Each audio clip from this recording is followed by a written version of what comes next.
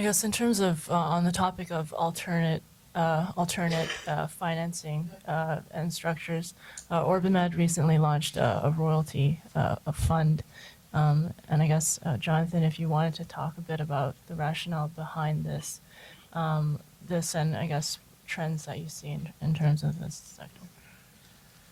Yeah, we're one of maybe 5 or 6 groups out there that have a royalty fund.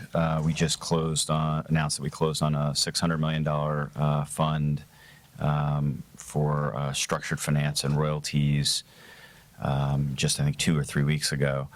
And they're really looking at 2 different things. One is buying the 2% on Rituxan from the researcher who founded it, and monetizing that royalty stream for that scientist, and then the alternative is the company that is either could be from small to large, but needs more cash and is willing to sell off a royalty on one of their existing products to fund research on another product, development in another program.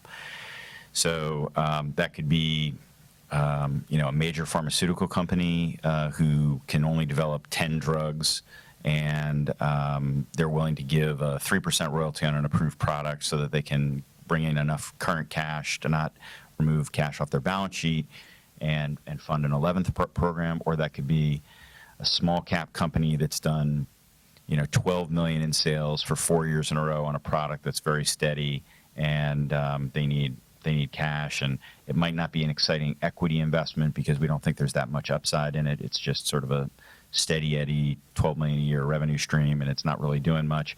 And it might be for us more appropriate as somewhere to lend against it and take a royalty stream on the revenues.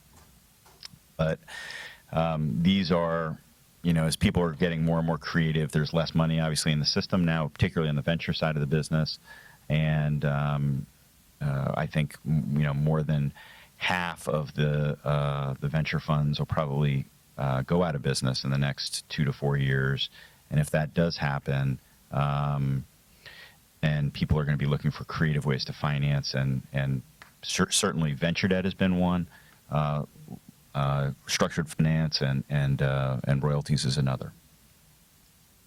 Sorry, Jonathan, can I just ask, is the business model from your perspective, is it one that is based on, you think you can assess the kind of the runoff better than some of the entrepreneurs or the owners of these, or is it just simply I can give my investors a more predictable, even if it's lower, kind of return on their capital? What's the business model?